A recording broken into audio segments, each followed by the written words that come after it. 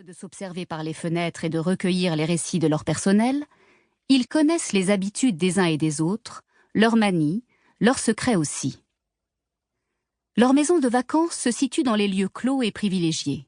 Au parc, à Saint-Tropez, où règnent Bernard Arnault et Vincent Bolloré, dans les Yvelines, où les Pinault et les Lagardère partent le week-end, dans des demeures cossues de la Baule, comme les Decaux, ou en Normandie, comme les Gallimard ou les Sédoux.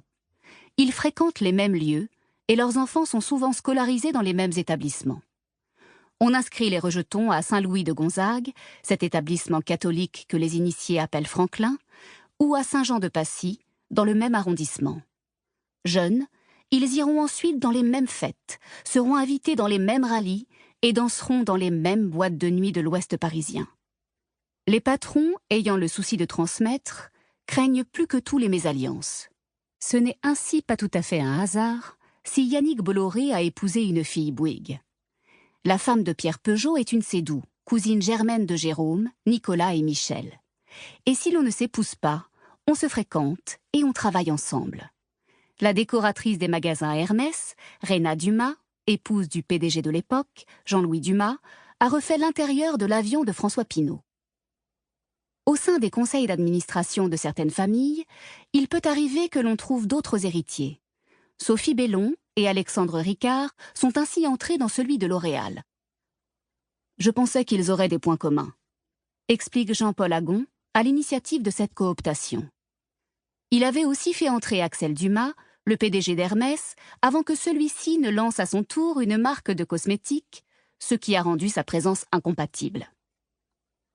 Dans cette élite des grandes fortunes, il y a bien sûr des exceptions comme les Muliez, détenteurs d'Auchan, Decathlon, Kiabi, Norauto, Flunch, etc., qui prospèrent en toute discrétion, sans fréquenter aucun lieu de pouvoir ou de mondanité.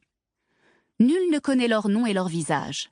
Ils habitent toujours le nord de la France, ne se rendent jamais à aucune festivité où les puissants se jaugent. Mais la plupart évoluent dans un minuscule univers et ont été marqués par des histoires semblables. L'enlèvement du petit Éric Peugeot, en avril 1960, a réveillé un sentiment de vulnérabilité chez beaucoup qui, comme les Arnault ou les Bettencourt, ont tenté de protéger leurs enfants en les élevant sous l'œil vigilant de gardes du corps. Dans un autre registre, la mort brutale de Jean-Luc Lagardère, qui avait mal préparé sa succession, a traumatisé ses contemporains qui, comme François Pinault, se sont fait fort de réfléchir très tôt à la leur. La première génération crée, la seconde gère, la troisième tue. Cette prophétie que se répètent les familles du monde des affaires est dans tous les esprits. Comment éviter la malédiction de la disparition? Pour les nouvelles fortunes, comme les Arnault, Bolloré, Decaux, Bouygues ou Pinault, l'enjeu est déjà de réussir la première étape. Pour les vieilles familles, celles dont les marques ont traversé le siècle, comme les Peugeot, les Hermès, les Bettencourt ou les Muliez, le défi est différent. Comment donner aux héritiers l'envie de continuer une aventure lancée plusieurs générations avant eux? Dans un cas comme dans l'autre, l'éducation est au cœur de tout. Chacun a sa méthode pour élever sa descendance. Elle est souvent la reproduction de sa propre expérience familiale. Ainsi, le polytechnicien Bernard Arnault ne jure que par les grandes écoles, tandis que les autodidactes, Jean-Claude Decaux ou Vincent Bolloré, n'ont exigé de leurs enfants qu'un vernis scolaire minimal. Le rapport à l'argent est également fondamental.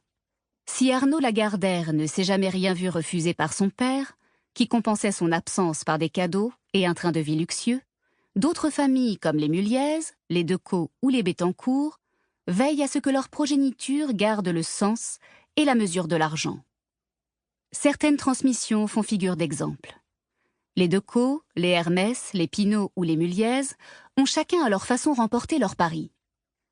Les familles, conscientes de l'importance vitale de l'enjeu d'une succession, s'échangent parfois des conseils à ce sujet. Le jeune Armand Peugeot, 29 ans, comme quelques années avant son aïeul Pierre, est allé voir les dirigeants Muliez pour comprendre comment perpétuer un lien familial et donc la vie de l'entreprise avec un nombre toujours croissant d'héritiers.